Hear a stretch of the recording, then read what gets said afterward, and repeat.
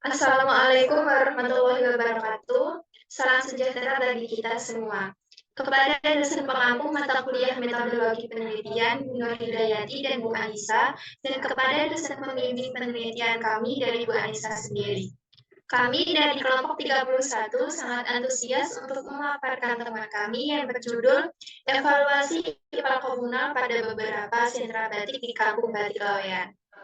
Izinkan kami memperkenalkan anggota kelompok kami. Yang pertama ada saya sendiri, Sintakun Aryani dengan NIM D5210090, lalu ada Alvira Kusumawardani dengan NIM D5210096, dan yang terakhir ada Putri Adelia dengan NIM D5210119. Di sini kami akan memaparkan hasil dari proposal kami. Yang pertama ada penyusunan latar belakang, yang kedua ada penentuan state of the art, yang ketiga rumusan masalah, yang keempat tujuan penelitian, yang kelima metode penelitian, dan yang keenam ada jadwal penelitian. Latar belakang. Yang pertama industri batik. Industri batik merupakan salah satu penghasil limbah cair yang dihasilkan dari proses pewarnaan dan pencelupan batik. Limbah batik yang tidak diproses dapat merusak dan membahayakan lingkungan jika dibuang tanpa proses pengolahan terlebih dahulu. Jadi, industri batik ini penghasil limbah cair dengan kuantitas yang cukup besar, warna yang pekat, serta berbau menyengat. Yang kedua, limbah cair batik. Penggunaan zat pewarna dari bahan kimia sehingga menyebabkan limbah cair batik yang dihasilkan mengandung chemical oxygen atau COD, total suspend solid atau TSS, serta pH yang tidak sesuai dengan standar baku mutu. Apabila tidak diproses dengan benar dan dapat merusak serta membahayakan lingkungan jika dibuang tanpa proses pengolahan terlebih dahulu. Sehingga untuk menganalisis karakter pada sampel limbah cair dilakukan terlebih dahulu untuk mengetahui kondisi limbah yang akan diolah, sehingga pada pengolahan limbah cair batik dapat dilakukan dengan menggunakan kombinasi dari proses biologi, kimia, dan fisika. Selanjutnya ada instalasi pengelolaan air limbah komunal. IPAL atau instalasi pengelolaan air limbah merupakan fasilitas yang berfungsi untuk mengelola limbah cair dengan tujuan menyaring dan membersihkan cairan yang telah terkontaminasi oleh zat pencemar organik ataupun bahan kimia dari industri. Penggunaan IPAL komunal pada Kampung Batik Laweyan tidak berjalan dengan baik dikarenakan keterbatasan pengetahuan mengenai cara pengelolaan IPAL komunal. Pada IPAL komunal, memiliki beberapa proses, yaitu bak penampung awal, bak koagulasi dan vakulasi, bak sedimentasi, filtrasi, saringan pasir, bak kontrol, dan bak penampung lumpur, di mana proses ini memiliki fungsinya masing-masing, sehingga air limbah dapat dibuang sesuai dengan baku mutu yang sudah ada. Di bawah ini merupakan bentuk contoh dari IPAL komunal. Di mana memiliki beberapa tahap, yaitu yang pertama pengumpulan limbah menggunakan sistem perpipaan ataupun tangki. Selanjutnya yang kedua ada pretreatment. Ini biasanya dilakukan dengan penyaringan, pengendapan, dan proses kimia. Selanjutnya ada pengelolaan biologi, di mana proses ini dibantu oleh mikroorganisme yang berfungsi untuk menguraikan zat pencemar organik. Selanjutnya ada proses fisika kimia, di mana proses ini dilakukan dengan tujuan untuk menguraikan zat pencemar organik yang tidak dapat terurai oleh mikroorganisme. Selanjutnya ada dehidrasi dan pemisahan lumpur, di mana proses ini bertujuan untuk mengurangi volume limbah dan memisahkan lumpur dari limbah yang sudah ada.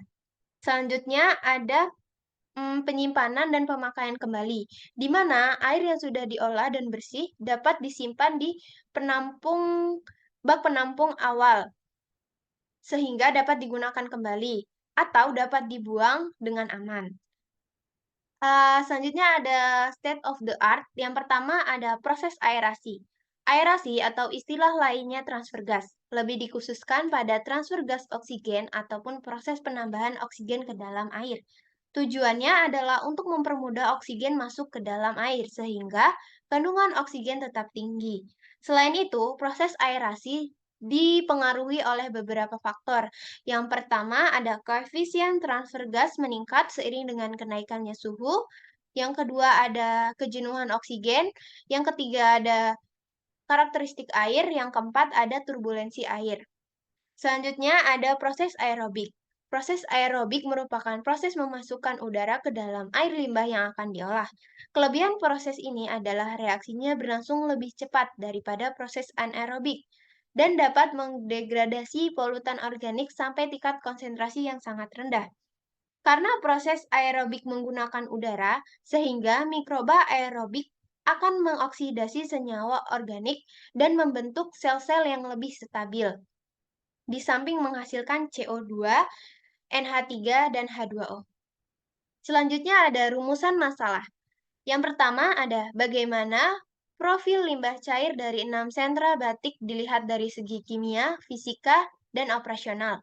Yang kedua, bagaimana metode pengelolaan air limbah yang cocok sehingga dapat diaplikasikan pada UMKM. Yang ketiga ada bagaimana penyebab kegagalan yang terjadi pada IPAL komunal yang sudah ada. Yang keempat, bagaimana evaluasi yang dilakukan terhadap keberjalanan IPAL komunal yang sudah ada. Selanjutnya ada tujuan penelitian. Yang pertama, untuk mengetahui profil limbah cair dari 6 sentra batik dilihat dari segi kimia, fisika, dan operasional. Yang kedua, untuk mengetahui metode pengelolaan air limbah yang cocok sehingga dapat diaplikasikan pada UMKM. Yang ketiga, untuk mengetahui penyebab kegagalan yang terjadi pada IPAL komunal yang sudah ada. Yang keempat, untuk mengetahui evaluasi yang dilakukan terhadap keberjalanan IPAL komunal yang sudah ada. Selanjutnya ada metode penelitian. Untuk metode analisis yang dilakukan, yaitu melakukan untuk hasil wawancara menggunakan metode analisis kualitatif. Sedangkan untuk hasil karakterisasi pada sampel itu menggunakan metode analisis kuantitatif. Variabel bebas yaitu dalam penelitian ini jumlah produksi batik, jenis pewarna yang digunakan, serta metode pengolahan limbah cair batik yang dihasilkan oleh sentra batik sebelum memasuki IPAL komunal. Sedangkan untuk variabel terikat dalam penelitian ini yaitu nilai dari COD, TSS, dan pH, serta metode pengolahan sentra terhadap hasil limbah. Untuk tahap penelitian yang akan kami lakukan, pertama yaitu kami akan melakukan wawancara terhadap pihak sentra batik dan juga pihak pengelola IPAL. Kemudian persiapan untuk masuk ke laboratorium yaitu memenuhi syarat dalam daftar penelitian dan juga mempersiapkan alat dan bahan yang akan digunakan saat melakukan karakterisasi. Selanjutnya pengambilan sampel dan karakterisasi. Pengambilan sampel dilakukan selama 2 minggu di Kampung Batik Klawen di setiap sentra dalam jangka waktu 5 kali 7 hari. Karakterisasi dilakukan dengan COD berdasarkan pengujian SNI 6989.2 tahun 2019. Sedangkan pada TSS digunakan dengan pengujian SNI 066989.3 tahun 2004. pH dilakukan dengan untuk COD sendiri dilakukan dengan titrasi Blanco yang dilakukan selama 3 kali pengulangan dan TSS dilakukan dengan metode gravitasi yang dilakukan dengan pengovenan selama 15 menit dengan 4 kali pengulangan. Selanjutnya, analisis data hasil. Hasil yang akan didapatkan dianalisis, yang kemudian yang terakhir akan dilakukan pembuatan laporan. Berikut ini merupakan jadwal penelitian yang akan dilakukan. Untuk tahap wawancara kepada pihak sentra dan juga pihak pengelola IPAL akan dilakukan pada bulan pertama atau bulan Juli, berbarengan dengan perjanjian masuk laboratorium. Di bulan selanjutnya, yaitu bulan kedua, akan dilakukan persiapan dan pengecekan alat yang ada di laboratorium untuk pengambilan sampel limbah cair batik dan karakterisasi sampel, serta analisis data hasil, dan dilanjutkan pembuatan laporan pada bulan September.